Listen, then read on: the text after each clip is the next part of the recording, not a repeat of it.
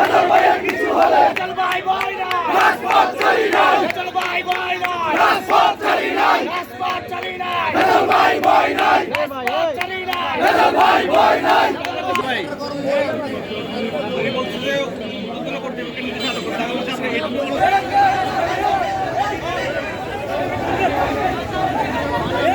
উনি প্রতিশোধ প্রতিহিংসা রাজনীতি কোনো সময় করেন না।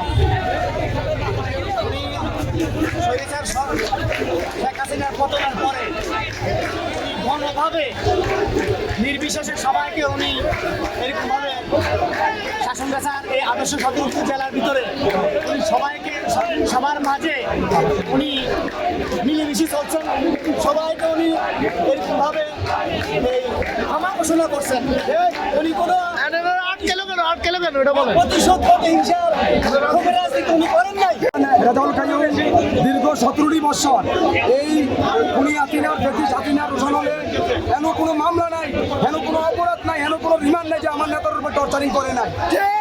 মামলা নিয়ে আমার নেতা এই দীর্ঘ আন্দোলনে আমাদেরকে নিয়ে রাজপথে ঝাঁপিয়ে পড়েছিলেন। আমরা ওনার সন্তানের মতন যখন আমাদেরকে নির্দেশ দিতেন আমার নেতা, আমরা এই খুনি শেখ হাসিনার এই স্বৈরাচারী শেখ হাসিনার আন্দোলনে আমরা ঝাঁপিয়ে পড়েছি। আমার নেতাকে বাসা থেকে আপনারা প্রশাসন নিয়ে আসবেন, ঠিক আছে, কিন্তু ওনার সন্তানদেরকে আপনার জানানো দরকার ছিল কেন আমার নেতাকে আপনারা নিয়ে আসবেন। আমরা মাননীয় প্রধানমন্ত্রীর কাছে এক দৃষ্টান্ত বিচার চাই। একদিনে গড়ে ওঠে নাই, দীর্ঘ 17 বছর রাজিউল কাইয়ুম লড়াই সংগ্রামে আন্দোলনের দাবানল ছিল।